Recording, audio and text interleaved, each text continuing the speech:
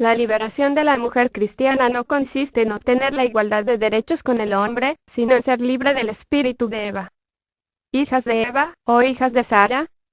El capítulo 3 de Génesis relata la desobediencia del hombre. Es de notar que esta desobediencia se produjo al interior del matrimonio. Ese es el elemento que yo quisiera destacar aquí. Este primer pecado es un pecado matrimonial, es un desorden al interior del matrimonio. Algo que Dios había diseñado y que estaba funcionando bien, en un momento se desequilibró, se desordenó, y se produjo el primer pecado. Adán estaba en la calidad de marido, y Eva en la calidad de esposa, cuando ambos pecaron. Esto da mucho que pensar. Fíjense ustedes que a partir del primer matrimonio que pecó se dio origen a toda la maldad que existe en el mundo. La sociología y la psicología han ido confirmando cada vez más que precisamente del foco del hogar es de donde sale toda la maldad que vemos en el día de hoy. Cuando se analiza cómo es que los jóvenes llegan a ser delincuentes, ¿a dónde se llega cuando se remontan las causas? A un hogar mal constituido, a un hogar desordenado. Como confirmándose claramente lo que leemos aquí en Génesis 3, el hogar fue, en Adán y Eva, el foco desde el cual a partir de un pecado se ha dado origen a toda la maldad existente en el mundo. ¿Cómo revertir la maldición?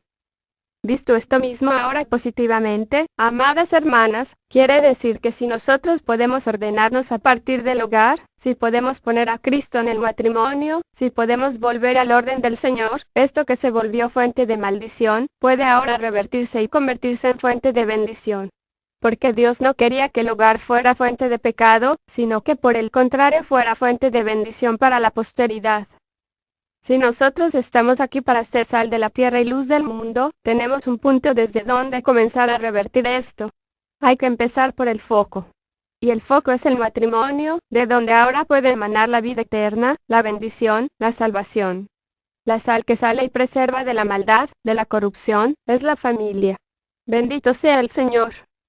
El pecado de Adán y Eva. ¿Dónde estuvo el pecado de Eva? Podemos decir que el pecado de Eva consistió en actuar independientemente de su marido. Que Satanás le haya hablado a ella no es algo que a lo mejor se podía evitar. Ella respondió correctamente.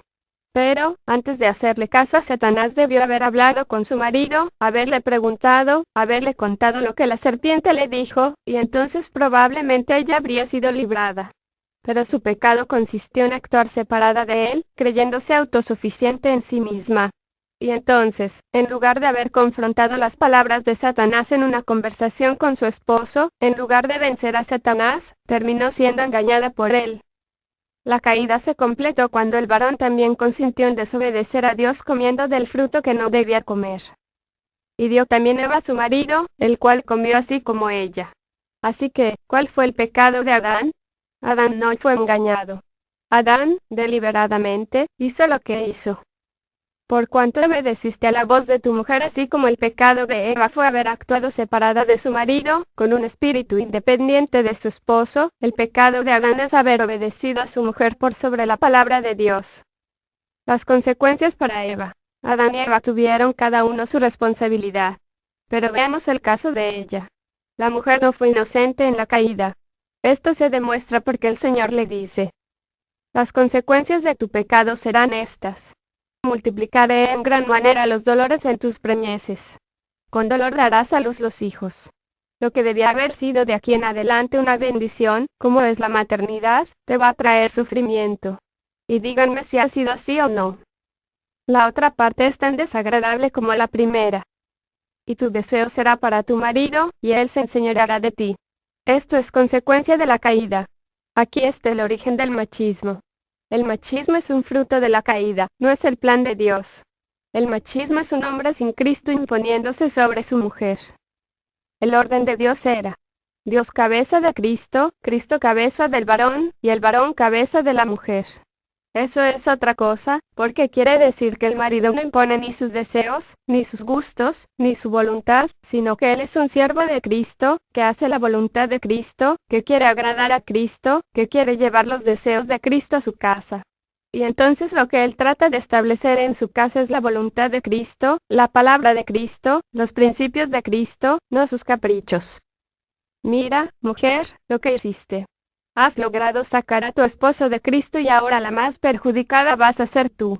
mujeres golpeadas, mujeres abusadas, maltratadas física y psicológicamente. ¿Cuánto sufrimiento hay en el mundo? ¿Cuánta violencia intrafamiliar, no solo con los hijos, sino de maridos hacia sus esposas?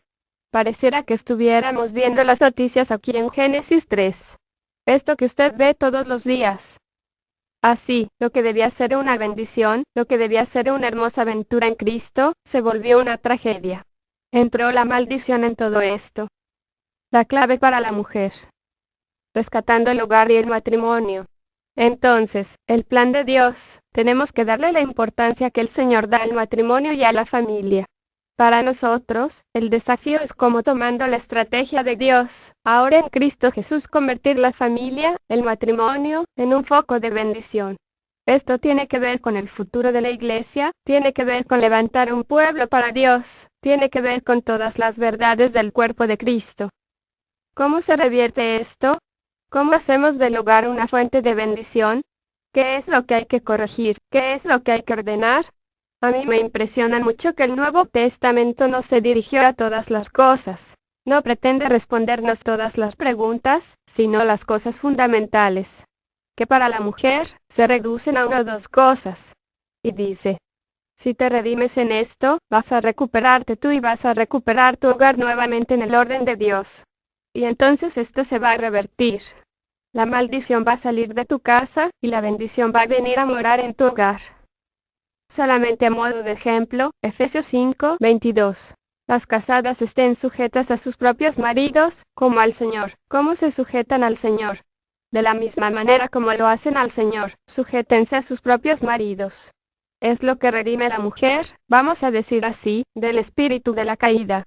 Si el pecado de Eva consistió en actuar separada de su marido, en una actitud independiente de su marido, la salvación de ese espíritu de la caída consiste en que la mujer pueda ahora sujetarse a su marido. Este es el mandato del Señor para ustedes. Ustedes, viendo al Señor, amando al Señor, creyéndole al Señor, deben sujetarse a sus maridos. Si queremos transformar nuestros hogares en fuente de bendición, este es el punto que hay que sanar. El punto de ustedes, las mujeres. Yo entiendo que ustedes tienen que ser sanadas por la gracia de Dios, por el Señor, tienen que ser sanadas por el amor de Cristo. Porque esto es algo que hay que hacer de corazón, no es algo que se puede fingir. Esta es la palabra de Cristo para ti, hermana, en este día. Que estés sujeta a tu esposo. Es algo entre Cristo y tú, entre tú y Cristo. Es algo que tienes que hacerlo tú por él. El ejemplo de Sara. Veamos también en Pedro el ejemplo de Sara. Porque así también se ataviaban en otro tiempo aquellas santas mujeres que esperaban en Dios, estando como se ataviaban, estando sujetas a sus maridos, como Sara. Y nuestro modelo no es Eva, sino Sara, como Sara obedecía a Abraham llamándole Señor, de la cual vosotras habéis venido a ser hijas. Primera de Pedro 3, 5 al 6. Esa es la parte que quisiera resaltar. Ustedes han venido a ser ahora que están en Cristo hijas de Sara, no hijas de Eva.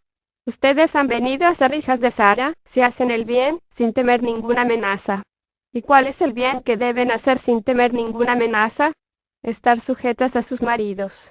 Si ustedes logran estar sujetas a sus maridos en la gracia del Señor, entonces han venido a ser hijas de Sara. Porque el espíritu de Eva es el espíritu de la rebelión, el espíritu de la desobediencia. Lo contrario a Sara. Sara se sanó, Sara fue libre del espíritu de Eva. Bendito sea el Señor. Así que de mi parte, amadas hermanas, mi consejo es, ustedes tienen que tratar esto con el Señor, tienen que ser capaces en la gracia de Dios de hacerlo por Cristo y para Cristo en su amor, libres de todo resentimiento, libres de juzgar esto como machismo.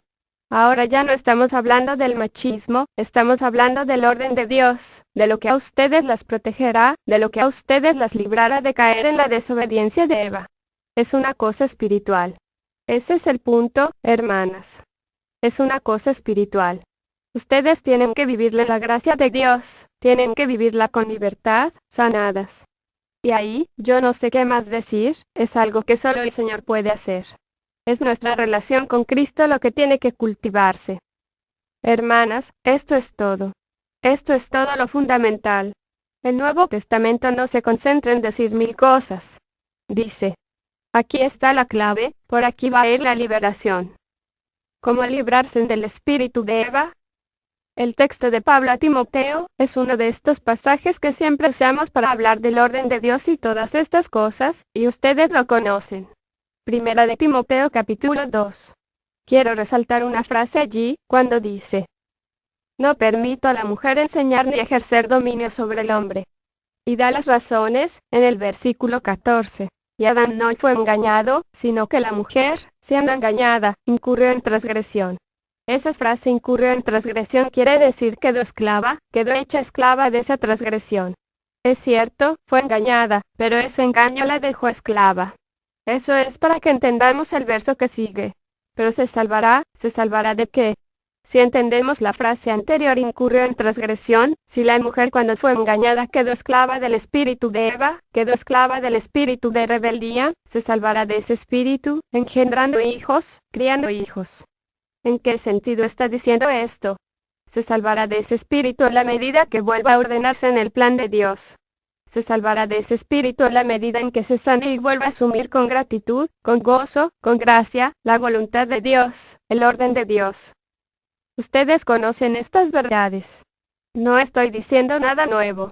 Pero quizás lo nuevo en este día es que el Señor nos diga si hemos asumido en gracia esto, que tanto entre nosotros hemos sido sanados del espíritu de Eva. Obviamente, cada una de ustedes sabe la respuesta. Ser soltera, casada, separada, viuda, no importa. No importa el contexto. La pregunta es otra. ¿Ha sido sanada del espíritu de Eva? ¿Es un sufrimiento sujetarse? ¿Es una lucha? ¿Es algo que a lo mejor le hemos hecho empeño, pero en definitiva no funciona? ¿Hay paz en estar sujeta? ¿Hay descanso? ¿Hay reposo? Hermanas queridas, ¿cuánta sanidad vendría a sus corazones, a sus almas y a sus cuerpos, si no estuviera esta presión interna de no poder asumir la palabra de Dios, porque hay una lucha allí contra el espíritu de Eva? Una lucha entre el espíritu de Sara y el espíritu de Eva. Cuánta frustración y depresión no será a causa de esta lucha que llevamos dentro. ¿Y cómo se resuelve? Con Cristo, con Cristo. Es algo que tienes que tratar con el Señor, es algo de lo cual el Señor te puede librar. Así que me quedo en este punto, hermanas, porque este es el punto fundamental de cómo el Nuevo Testamento quiere corregir este desorden que produjo la caída y que para el caso de ustedes, mujeres hermanas, este foco de maldición en que se transformó el hogar por la caída, se comience a transformar en una fuente de bendición. Tienen que dejar de ser hijas de Eva, y tienen que venir a ser hijas de Sara. Bendito sea el Señor. Qué simple. No hay 500 mandamientos, no es una cosa tan larga que uno no sabe cuándo termina. Son dos cosas fundamentales para remediar un daño tan terrible, para remediar un caos tan grande. Bendito sea el Señor. Y no vamos a dar a luz para maldición, vamos a dar a luz para bendición del mundo. Hijos sanos, porque los padres están sanos, porque marido y esposa se han sanado. Amén. Con mucho cariño, para todos los verdaderos cristianos del fin de los tiempos y los que no lo son. Y combatiendo ardientemente por la fe. Bíblico 777@yahoo.com